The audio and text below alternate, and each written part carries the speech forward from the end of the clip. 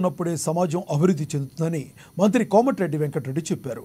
నల్గొండ జిల్లా చిట్యాల మండలం గుండ్రంపల్లిలో మహిళా శిశు సంక్షేమ శాఖ ఆధ్వర్యంలో నిర్వహించిన బేటీ బచావో బేటీ పడావో కార్యక్రమంలో మంత్రి వెంకటరెడ్డి పాల్గొన్నారు. ఆడపిల్లలను మహిళలను సంరక్షించుకోవాల్సిన బాధ్యత ప్రతి ఒక్కరిపైన ఉందన్నారు. ప్రత్యేకించి బాలికలకు మహిళలకు కల్పించాల్సిన హక్కులను వారు పొందే విధంగా చూడాల్సిన బాధ్యత ఉందని వివరించారు. చదువుతో పాటు ఆరోగ్యం పట్ల జాగ్రత్తలు తీసుకోవాలని ఆయన సూచించారు. 6 నెలలు అయిపోతాయి. ఇవన్నీ టెంపరీ. పర్మనెంట్ గా ఎక్స్ప్రెస్ హైవే వస్తేనే మనం పూర్తిగా విజయవాడ పోయినా సేఫ్ గా పోతాం, హైదరాబాద్ పోయినా సేఫ్ గా పోతాం, యాక్సిడెంట్ తగ్గించుకుంటాం.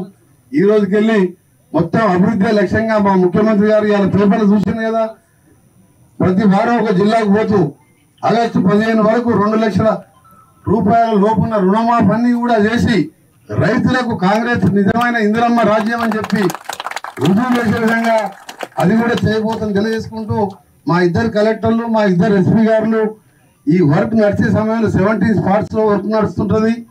2 months లో సెప్టెంబర్ ఎండింగ్ లో ఎక్స్ప్రెస్ వే వర్క్ నడుస్తుంటది.